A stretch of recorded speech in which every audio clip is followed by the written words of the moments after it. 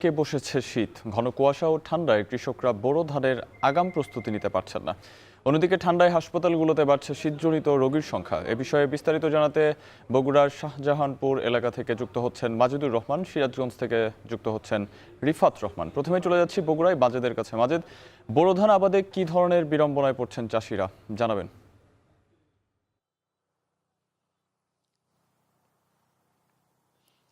হ্যাঁ সাহাব, এখানে প্রায় 15 দিন থেকে এখানে কিন্তু তাপমাত্রা খুবই কমে গেছে এবং কখনো কখনো শৈত্যপ্রবাহ এখানে হচ্ছে। এবং আজকে যে দিনটি, সে দিনটি কিন্তু রোদের দেখা মিললেও কিন্তু বাতাসের যে হিমেল হাওয়া, এটি কিন্তু প্রচুর পরিমাণে আমরা লক্ষ্য করছি।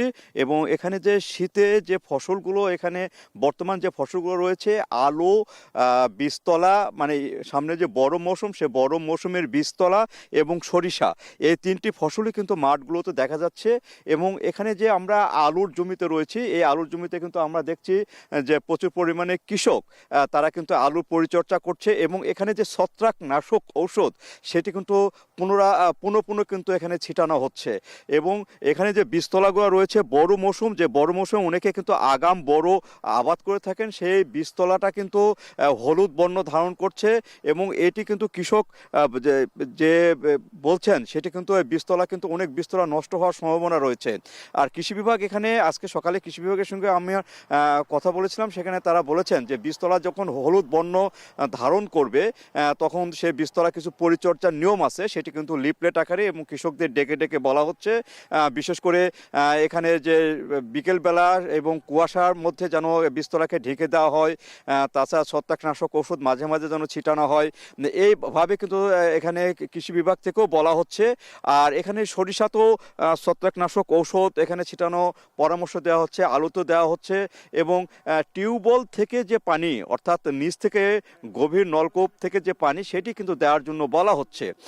এইভাবে কিন্তু কৃষক তাদের যে মাঠের পরিচর্যা সেটা করছে। পাশাপাশি এখানে যে ঠান্ডাজনিত যে কৃষকগুলো কাজ করছেন, তারা ঠান্ডাজনিত রোগে কিন্তু অনেক সময় হাসপাতালে তাদেরকে যেতে হচ্ছে। সেই ক্ষেত্রে এখানে ডাক্তাররাও কিন্তু ভূমিকা রাখছেন, যাতে করে তাদের অসুখ বিসুখ না হয়, সেদিকে পরামর্শ দিচ্ছেন।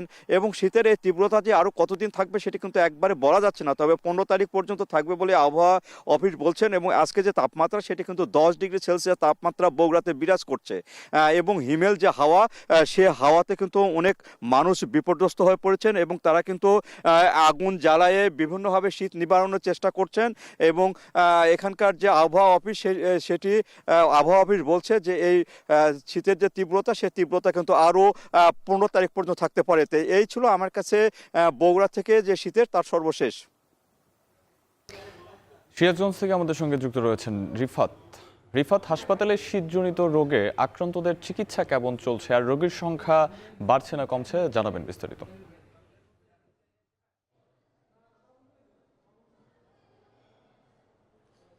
আসলে পৌষের শেষে এসেও সিরাজগঞ্জে কিন্তু শীতের তীব্রতা বেড়েছে। বিশেষ করে গত কয়েকদিন যাবৎ সূর্যের দেখা মিললেও সিরাজগঞ্জে যে বাতাসের আর্দ্রতা রয়েছে, যে কারণে বেলা গড়ালেও কিন্তু শীত অনুভূত অনেকটাই বেশি হয়। এবং সিরাজগঞ্জে গত 2-3 দিন যাবৎ কিন্তু 10 ডিগ্রির নিচে সিরাজগঞ্জের তাপমাত্রা রয়েছে। এবং আজ সকালে সিরাজগঞ্জের যে বাঘাবাড়ি আবহাওয়া অধিদপ্তর রয়েছে, তারা 9.2 ডিগ্রি সেলসিয়াস তাপমাত্রা সিরাজগঞ্জে রেকর্ড করেছেন।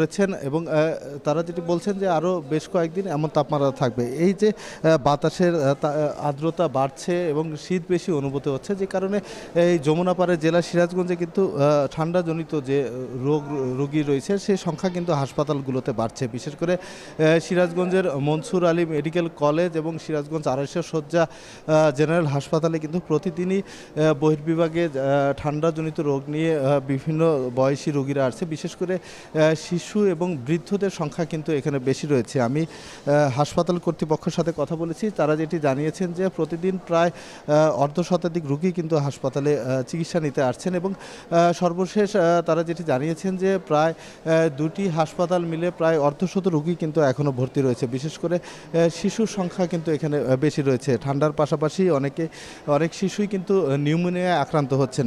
এবং ডাক্তারদের পক্ষ থেকে যেটি বলা হচ্ছে যে এই যে ঠান্ডার পাশাপাশি পাশাপাশি যে তীব্র বাতাস, এই বাতাসে প্রয়োজনের ছাড়া আসলে শিশুদের বাইরে বের না হওয়ার পরামর্শ কিন্তু ডাক্তারদের পক্ষ থেকে দেওয়া হচ্ছে। এবং যেহেতু রোগীর চাপ বাড়ছে, সেক্ষেত্রে তারাও কিন্তু চিকিৎসা দিতে কিছুটা হিমশিম খাচ্ছে বলে আমাদেরকে জানিয়েছে হাসপাতালের পক্ষ থেকে। এছাড়া সিরাজগঞ্জের আসলে এই যে শীতজনিত যে রোগ, সেই রোগের প্রাদুর্ভাব বাড়ার পাশাপাশি যারা ছিন্নমূল মানুষ রয়েছে তারা কিন্তু সবচেয়ে বেশি দুর্ভোগে রয়েছেন এবং তাদের শীত নিবারণের যে শীতবস্ত্র, সেটির কিছুটা সংকট রয়েছে বলে আমাদেরকে যারা ছিন্নমূল মানুষ রয়েছে তারা জানিয়েছেন। তো সিরাজগঞ্জের শীতজনিত রোগের প্রাদুর্ভাব নিয়ে এই ছিল আমার কাছে সবশেষ।